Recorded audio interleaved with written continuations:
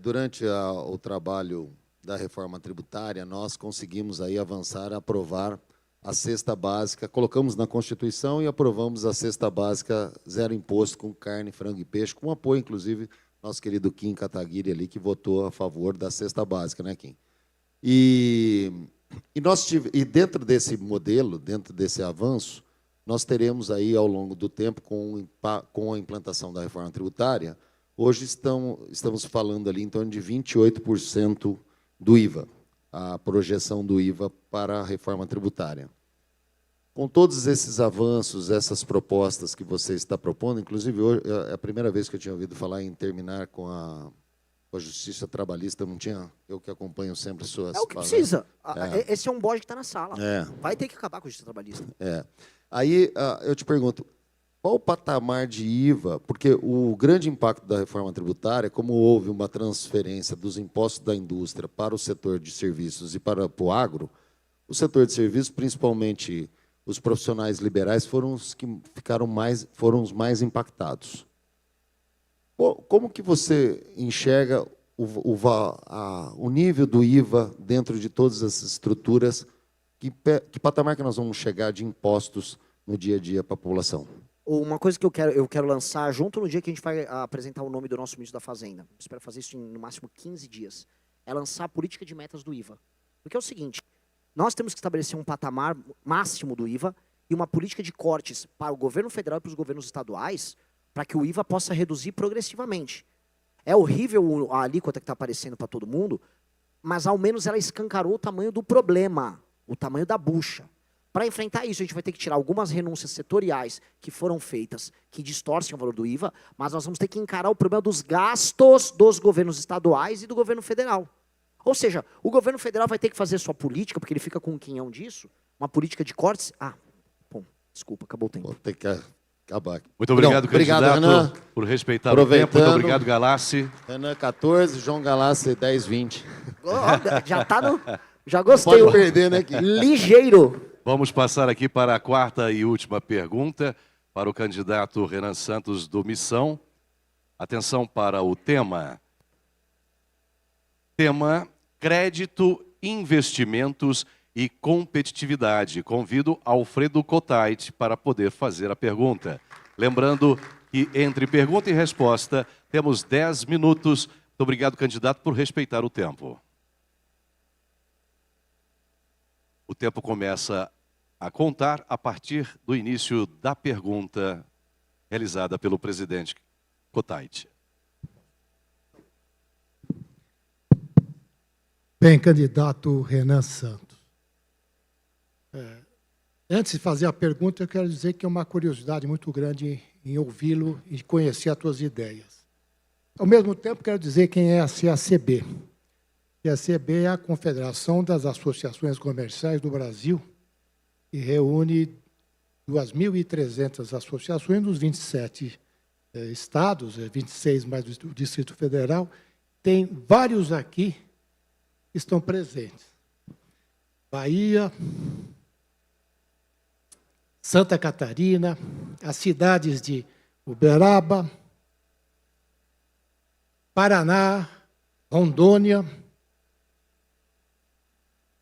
Minas Gerais, todos os presidentes de associações e federações para ouvi-lo. E todos tinham essa curiosidade. Portanto, vou fazer a pergunta e aí nós podemos depois saber como é que você enxerga não apenas o Brasil, mas quais as soluções para cada um desses estados.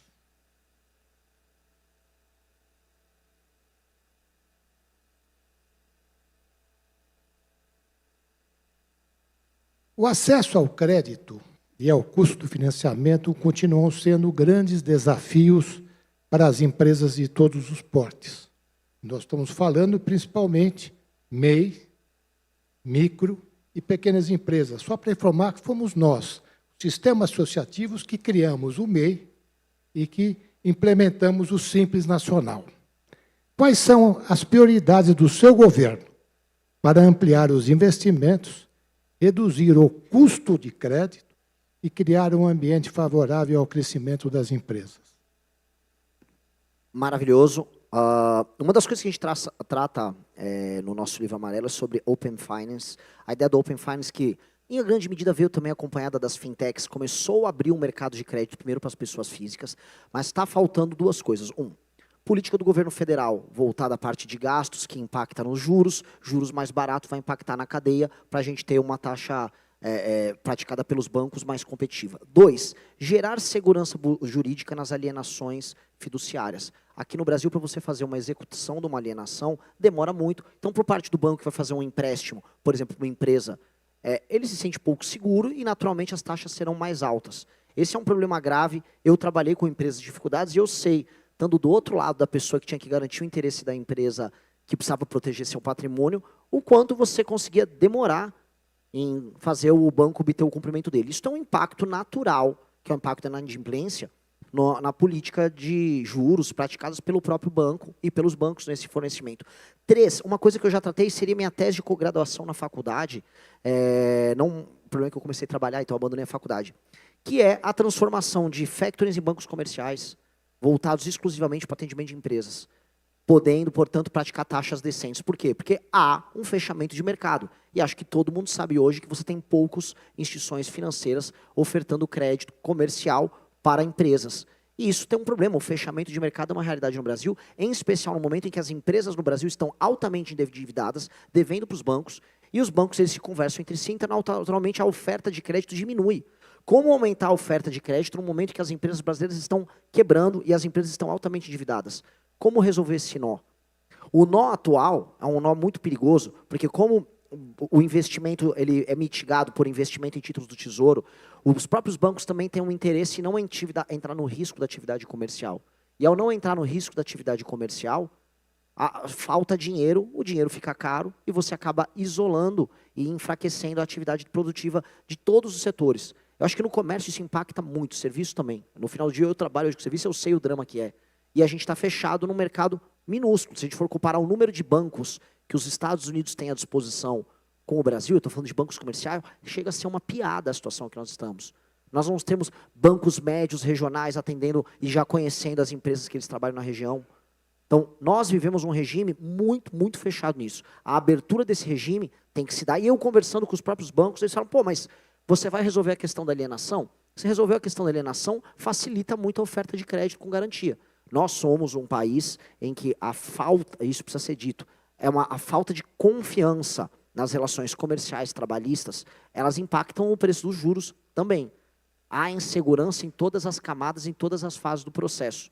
E eu falo isso sendo um cara que passou a minha vida inteira brigando com o banco. Eu sei que a gente tem que ceder de um lado e entregar o que nos interessa, que é concorrência e oferta de crédito do outro, para que a gente aumente a capacidade produtiva que nós temos no Brasil. Porque capacidade produtiva tem necessariamente a ver com dinheiro barato e crédito. E aí entra o que eu falei da política fiscal, porque no fim do dia também, enquanto a política fiscal no país, nós gastamos demais, e isso impacta na formulação da taxa Selic, e uma política fiscal séria passa necessariamente por cortar despesas, e eu falo aqui quase como um exagero, como se não houvesse amanhã. O governo próximo tem que cortar muitas e muitas despesas, porque nós temos que fazer a taxa de juros real brasileira ser muito mais baixa. E isso não pode flutuar de governo para governo. Não adianta vir um governo, por exemplo, houve a PEC do teto que passou no governo Temer, e aí todo mundo imaginou que a gente ia ter uma determinada trajetória fiscal com impacto nos juros, e aí a gente virou agora o país do arcabouço fiscal. E a trajetória está totalmente incompleta. Como é que você vai fazer investimento de longo prazo? Como é que você vai construir uma rede de lojas, uma cadeia? Não dá. Você não sabe, é tudo um caos nessa matéria. Como resolver esse caos? A âncora fiscal nossa, ela tem que ser resolvida constitucionalmente, não mais pode ser alterada. E as metas também. Porque aí você faz o mercado ter previsibilidade e a política de investimento baseada nos juros mais baixos, ela se torna uma política de décadas. E não voos de galinha de 2, 3 anos. Que isso é a parte mais assustadora. Essa é uma parte que ela assusta, porque quando você fala com investidores internacionais, eu tive a oportunidade de conversar com investidores de outros países, agora, durante a campanha e durante a pré-campanha, quando eles veem as flutuações e como funciona o sistema nosso, eles falam, como uma empresa consegue pegar crédito aí? Como uma empresa faz planejamento futuro aí? E eu falei, é isso que você não viu a parte tributária ainda. Mas essa parte que envolve crédito e a parte de juros no Brasil, ela é muito caótica. A previsibilidade só poderá acontecer se a maldição atual do governo federal, que são os seus gastos internos, as suas despesas vinculadas, for definitivamente resolvida. Tá? O resto, alterar a dinâmica do crédito da alienação fiduciária, abrir o mercado de bancos de crédito, transformar factorings em bancos comerciais, fazer com que as fintechs passem a se tornar também uma espécie de banco comercial para esses pequenos, para as MEIs e para os pequenos empreendedores. Isso que é um processo que já vem acontecendo, tudo isso passa a ser acelerado. E tudo isso somado com segurança jurídica terá um impacto necessário no aumento de oferta de dinheiro. Isso é cristalino como a luz do dia. O Brasil é um potencial represado colossal, muito grande. O potencial nosso de geração de riqueza, ele está sendo preso por conta de uma ausência de liderança que não consegue enxergar isso que a gente está conversando aqui. Aqui a gente está falando de causas estruturais e de relações entre temas diferentes que impactam no custo do Brasil, no custo do dinheiro, no custo operacional, no custo trabalhista. É desamarrar que tudo vai acontecer. Somos uma população de mais de 200 milhões de habitantes, temos empreendedores muito abertos ao risco, que é uma coisa rara. Você vai na Europa, ninguém mais está aberto ao risco. No Japão, o empreendedor não está mais aberto ao risco. O brasileiro está. O empreendedor brasileiro é maluco, é doido. Não à toa prospera em outras nações. Não à toa, quando tem condições similares de concorrência, ele enfrenta o empresário gringo em igualdade de condição. Então, o que nós temos para fazer é parar de atrapalhar. É muito simples. E eu estou tentando ser muito objetivo nas falas, para não parecer também aquele político. Não, deixa vocês trabalhar que a coisa funciona. Não, não. Vamos entrar no detalhe. E resolvendo esses detalhes, vamos entregar um ambiente de crédito melhor para todo mundo. Renan, você expôs a ideia que realmente é o que está acontecendo com o país. Mas você sabe que a dívida brasileira está chegando em 10 trilhões de reais. Você, como presidente, vai ser o maior competidor para tomar o dinheiro, já que você tem que honrar e cobrir essa dívida. O que é que você vai fazer para que o dinheiro chegue na ponta, que eles querem o crédito, se você é o maior tomador de crédito para poder financiar essa dívida de 10 trilhões. E, olha, todo ano essa dívida aumenta 1 trilhão com essa taxa de juros. Qual é a estratégia? É isso que eu comentei. O corte de gastos do governo federal vai impor uma menor pressão orçamentária que vai obrigar o Bacen a baixar os juros. Aí essa concorrência desleal que o governo faz, pagando o que paga como recompensa ali na dívida pública, deixa de existir. Porque aí o investimento no setor privado, o investimento na atividade produtiva passa a valer mais a pena. Hoje os bancões, hoje grandes investidores, também ficam, desculpa o termo, na maciota do jeito que está. Porque o risco é menor, ficam ganhando dinheiro com o governo, e aí eles vão esmagando, porque o modelo político nosso este topo de uma espécie de elite rentista fica rodando o dinheiro deles, joga-se através do governo uma migalha para a base em políticas assistenciais, e quem está no meio, do entregador motoboy aos empresários, é exprimido e esmagado, com pouco dinheiro, com pouca oferta, e é isso que precisa ser resolvido. O governo gastar menos vai fazer com que a taxa de juros seja menor, a taxa Selic seja menor, e aí a quantidade de dinheiro que vai ser disponibilizada para a atividade produtiva aumente. É isso que nós precisamos fazer. Mas se você baixar a taxa de juros, e o mercado não quiser cobrir a sua dívida, então, como é que você vai fazer? Não, mas eu não vou baixar a taxa de juros na marretada, que nem posso mais, porque aí seria o Bacen. O que nós vamos fazer é o corte de gastos que vai permitir ao Banco Central fazer a redução dos juros. A redução dos juros só pode acontecer através do corte de despesa, ponto. Não existe outro meio. Ou o Estado faz a sua lição de casa, ou o Bacen também não vai baixar os juros. Minha lição de casa é cortar despesas. O Bacen diminui os juros, o dinheiro sobra para você. É isso. Eu corto despesa, o Bacen diminui os juros, dinheiro só para você, você contrata a galera, e aí a galera vai votar em mim depois na eleição. Vai todo mundo ficar feliz. Muito obrigado, candidato, pela sua clareza, resposta. Muito obrigado, presidente Kotait. Pode retornar, por gentileza, ao seu lugar no auditório. Bem, assim nós encerramos o bloco de perguntas. Peço ao candidato que permaneça no palco. O presidente Kotait pode retornar ao seu lugar na audiência. E, candidato Renan Santos, o senhor tem 5 minutos para as suas considerações finais, a partir de agora. Bom, eu adorei o bate-papo com vocês, ótimas perguntas, pude entrar, eu tentei ser o mais claro possível, entreti vocês também com algumas boas piadinhas aqui e ali, que acho que faz parte, não ficar no evento um político falando o tempo todo é chato pra caramba, né? Eu não aguentaria, é um ótimo elemento para dormir, mas espero ter mantido-os entretidos e acordados.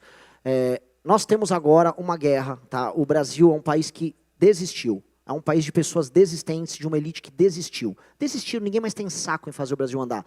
Eu falei de temas que são ligados à atividade produtiva, mas eu poderia falar de desfavelização. Como é que a gente aceita que o nosso país inteiro é um favelão? O Brasil é um país que virou um favelão. O Brasil é um país tomado por crime organizado. O Brasil é um país que a classe política não liga se a cidade dela, no interior, não tem atividade econômica. Mais de 2.600 municípios vivem mais de Bolsa Família do que atividade econômica. Isso é um absurdo, é um país, eu volto a repetir, é uma nação que desistiu. E não tem sintoma mais óbvio da existência nossa como nação do que a gente está vendo o Lula indo para sua tentativa de 4ª reeleição, concorrendo com Flávio Bolsonaro, que nem sabe o que está fazendo lá. Ele nem sabe o que está fazendo lá. Graças a Deus ele virá aqui, primeira vez ele vai no evento que eu fui. Tentem ver se ele responde as mesmas coisas aqui, eu estou curiosíssimo. Vai ser meu pai, meu pai, meu pai, meu pai. O Lula, nem vinha ele virar. Ficou lá num evento de pelego, lá quando ele lançou a candidatura dele, com aquele monte de ônibus para levar as pessoas que foram muito provavelmente pagas para estar ali ouvindo a Janja cantar. Eis o cenário que nós temos, é um cenário de desistência. Ninguém está debatendo os temas que importam. O que a gente falou aqui de enfrentamento a questões nacionais, ninguém está discutindo. E o problema é que se a gente não discute, o Brasil quebra. E está quebrando. O que houve agora com as Casas Bahia, estava na capa de todos os sites, todos os portais. A gente está quebrando. Não está valendo a pena. Os melhores nomes, os melhores estudantes brasileiros estão indo para fora. A quantidade de brasileiros estudando nas melhores universidades do mundo aumentou. Não porque eles vão vir para cá para cuidar das empresas, é porque eles vão ficar lá. Deu errado. O Brasil fracassou. Nossa candidatura, e eu estou aqui pedindo, agora eu posso pedir voto, eu preciso do apoio de vocês. Nossa candidatura é uma revolta do Brasil que trabalha e produz contra esse bando de picareta que nos administra. Picareta e preguiçoso. É isso, é um bando de picareta e preguiçoso. Picareta, preguiçoso e também sem energia. Que parece que tá muito bem para quem está ocupando posição de poder. Ah não, porque o Lula tem um ponto. O Lula não tem um ponto. O Lula tem que se aposentar e dar milho para os pombos, e se não for preso. A família Bolsonaro envolvida em todos os escândalos de corrupção do Rio de Janeiro. Estava todo mundo na festa do Vorcaro. Vamos ficar aceitando isso até quando? Vamos aceitar ser governado pelo Centrão, lá com o Alcolumbre, do Amapá, ou com o rapaz lá da Câmara, o Hugo Mota? Até quando? Tem que botar isso aqui na mesa, porque são estados que não são bem conduzidos. A vida no Amapá e a vida na Paraíba não está boa. E aí os políticos de lá estão mandando em todo o resto do Brasil, sem se preocupar em fazer a vida melhorar, em fazer a atividade econômica melhorar. Essa é a real. Ninguém quer falar. Então eu estou botando essa candidatura, eu vou falar tudo que eu estou falando, igual eu falei de fim da escala 6x1, igual eu estou falando que vai ter que mexer em benefício social. Sim, senão vai quebrar. Ah, não quer votar em mim? Problema seu. Se não quer votar em mim, problema seu. Dane-se. Vai todo mundo quebrar e eu vou falar, eu fiz minha parte. Vou ser xingado, vão destruir minha reputação. Não estou ligando. Nasci pelado, careca. Vou terminar pelado e careca no necrotério um dia. Então, dane-se. Vamos falar o que a gente acredita. Vamos fazer o que precisa ser feito. Não vamos ter medo de ser ambicioso.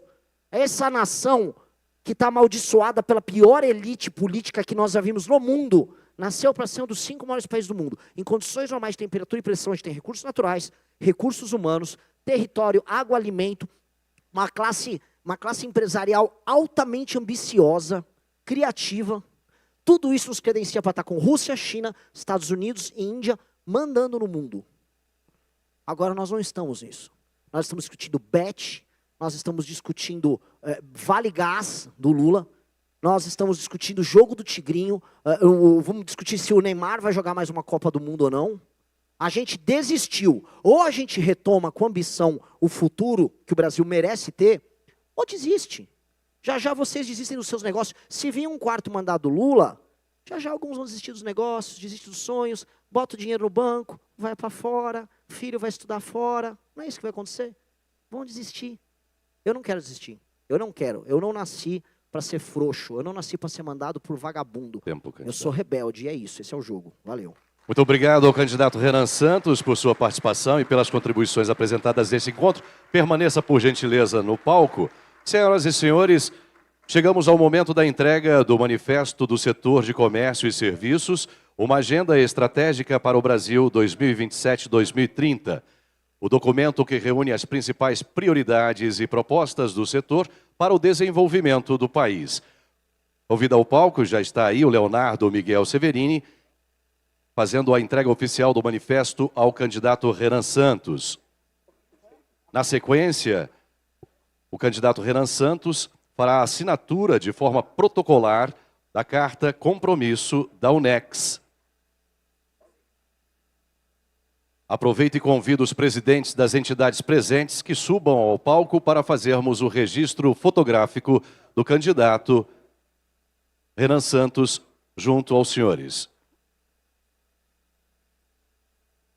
Mais uma vez solicito às senhoras e senhores que permaneçam em seus lugares para que possamos encaminhar para o final da nossa manhã. Por gentileza, permaneçam em seus lugares. Peço também atenção aos fotógrafos amadores de celulares que deem espaço aos profissionais da fotografia para que possam fazer o registro.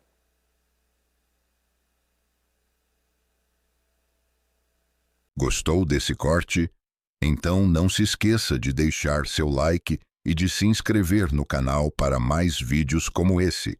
Te vejo no próximo vídeo.